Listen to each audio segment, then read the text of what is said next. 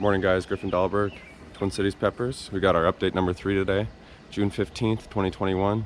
Turn 30 tomorrow, so it's gonna be the last update I have in my 20s. Wish me luck. All right, we've seen a lot of growth in the last week, especially on a select few, especially this Griff Reaper. You can tell all the new growth here. You see that light color in the inside of the leaves.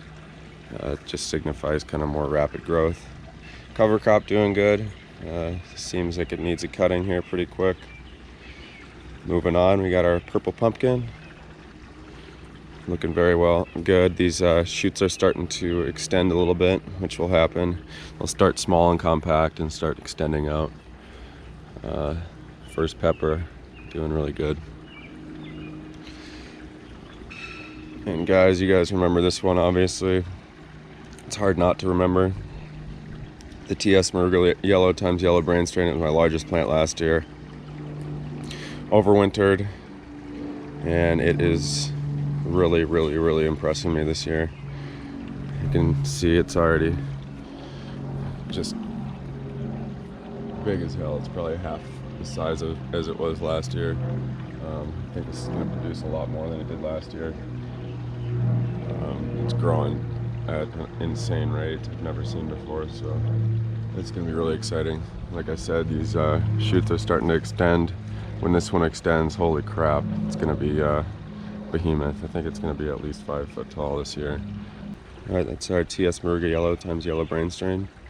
And if you guys don't know, TS stands for Trinidad Scorpion, Maruga Yellow, crossed with a Yellow Brain strain.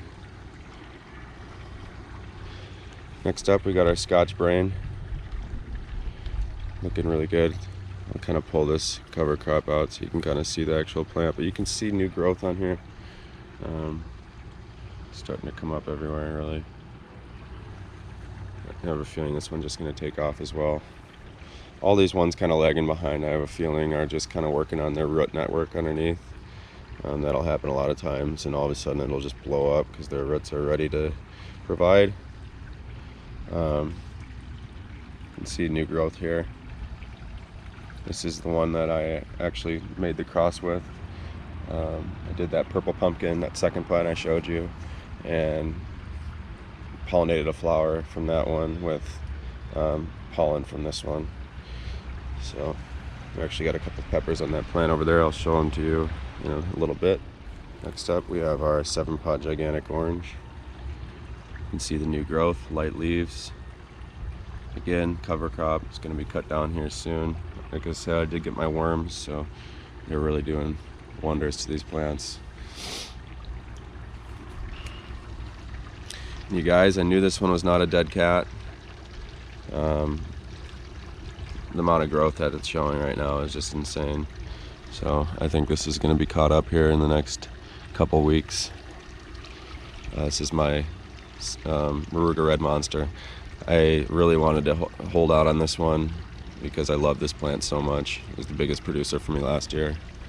If you guys haven't grown it, I suggest getting some seeds. I think I got mine from white hot chili peppers or white hot peppers. But yeah, great, awesome plant. Next up, we got our Reaper times Peach Boot. Also looking very good. You can see I'm keeping these bases really clean under here. So, yeah. Really excited for all these plants. I'm really excited for all these plants. And this one, holy crap, you guys, look how pretty this is. This is my cross. And also some praying mantis eggs did hatch. There we go, there's one right there. Just a little side note, but this is my purple pumpkin times Peach Reaper. So this was the parent plant. Actually, that was the parent plant right there. I took pollen from that Peach Reaper we were looking at and carefully cut out the petals of the one on the purple pumpkin and pollinated that pistil with that. And we're going to do a video a little bit later on this season on crossing peppers, just in case you guys want to get on and do that yourselves.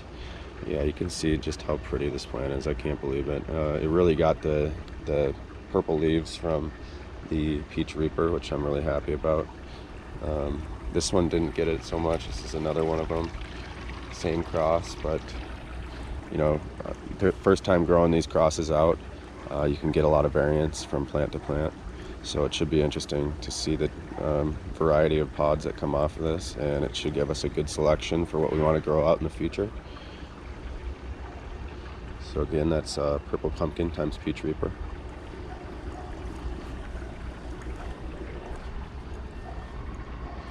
Here is another Griff Reaper. You can see it's putting on a lot of growth, and in the sun, this hot sun, a lot of these plants will droop. And again, that does not mean that you need to water. This one, however, is very hardy, and it does not droop like at all. So another trait of the Griff Reaper I really like. Clean base down there. Still, you can clean it up even more so. Getting some of those leaves off. I really love having a clean base. It's very fun to look at, and keeps pests off. Here is the Molly. Again, my girlfriend's plant. She really wanted to do an ornamental because she thinks it looks pretty, and it should be fun to watch though, fun to see. You love to see it, love to see it. Yeah, here is our Bolivian rainbow, another one my girlfriend wanted to do. Should be cool. I've actually looked at pictures of these. I really like how they look. Ornamental, so just very pretty. Peppers might not taste the best, but very pretty plant to look at. So next up, we get our Griff Unreaper. So the Unreaper, I just named it the Griff Unreaper due to the fact that the tail is actually sucked up into the pepper. I'm sure this will put out normal peppers too, normal Griff Reaper looking ones, but I'm going to try to select those with the trait of the Unreaper. I want to have a few different phenos of this plant, so it should be pretty neat. Next up, another Griff Reaper in a 5-gallon, and you guys see that these are growing pretty similarly. So you guys might ask, why do I have such large pots when I could just use 5 gallons? One reason is water retention. As these things get bigger and bigger, the root system's getting bigger and bigger, and the ability for it to hold water even throughout one day becomes less and less. Next reason, once this one hits a certain size, its roots aren't going to be able to provide for it getting larger and larger, and you're going to see a drastic decline in growth, whereas this one will stay the same size, same size, same size. As this one hits its threshold for root zone, then this one will keep going. And we'll do a comparison later on this year. Should be pretty interesting. We'll do a comparison this year on the size difference after a certain point in the year. So Griff Reaper, again, pretty clean base, you guys. I'm gonna let these shoots kind of grow out here and then clean up those shoots, the leaves on those shoots, because I want a little bit more fullness in that plant. And here, you guys, we got another Purple Pumpkin times Peach Reaper. Another one. This is the second one of the cross I had from last year. You can see a couple different phenos, and you guys are going to see a bunch of different looking peppers on this plant just because it's so unstable. The way to kind of stabilize it is to, continuously pick the pheno that you like over and over and grow them out. So this is an F3, grow out the one F2, grow it out the next year with a couple select pods that you like, and then that would be F3. You continue to pick those pods over and over and over as you see them. And then F4, F5, you're getting pretty close to stable. And then you just keep doing that, so on and so forth, until you're getting all the same shape and color pods that you desire. So purple pumpkin times peach reaper. Next up we have our ghostly jalapeno.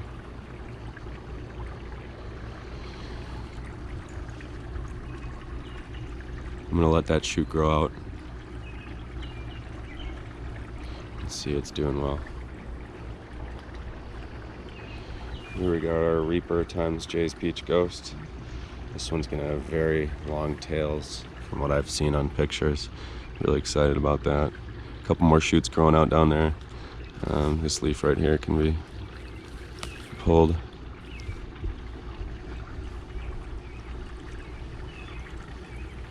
A Reaper times Jay's Peach Ghost.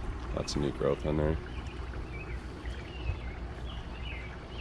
And here we got our straight Jay's Peach Ghost, no cross. Putting on some growth, and I've been feeding all these plants the same amounts. Some can handle more nutrients than others. So like this one, you can see a little bit of leaf curl here, a little bit of deformation. As it grows, it'll be able to handle that amount of nutrients a little better. I think what I'll do is drop the amount of nutrients I'm giving to all the plants, either that or do 2 different strengths and kind of go around and look for this, the look that this one has, and kind of feed those the lower strength. But as you can see, doing pretty well. A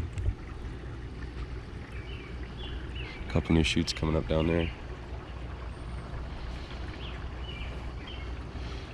Onto the bed. Got our marugula here. It is also doing well. I got to cut this cover crop. Getting a bit long there. I actually just use a hedge trimmer. Got to be really careful though not to cut down any plants. So just pay close attention if you're doing it that way. Here we got our Sugar Rush striped.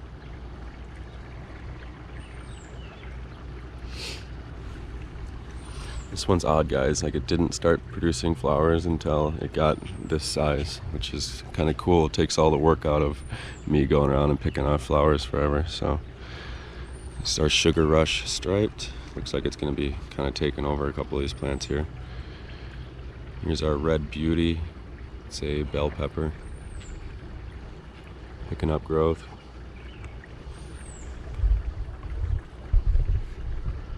Here we got our giant Marconi. I'll pick off those flowers, they're just not big enough to produce yet. Oh, and here's another tip for you guys. If you guys see that little thing hanging off the bottom of that leaf, do not pick that off. That is a green lacewing egg, close to hatching. They start off white and slowly turn a little bit darker until they're like a green color, and then they hatch, and their nymphs are have a huge appetite for garden pests, which is great. Don't pick those off, they're very beneficial. Here we got our California Wonder.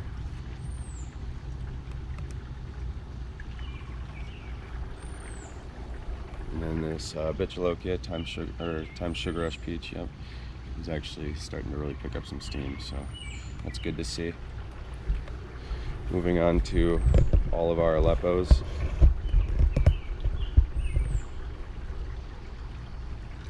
That one's putting on some flowers.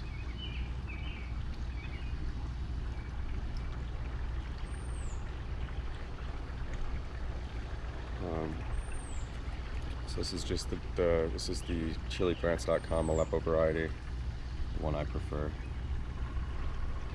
Here's the Jim Duffy from Refining Fire Aleppo variety. It's a little bit taller, skinnier. These are a little bit smaller peppers from what I've seen. Another one of those.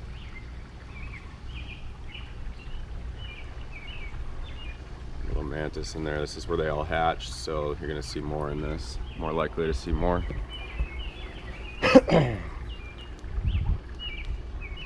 Here's another row of Aleppos.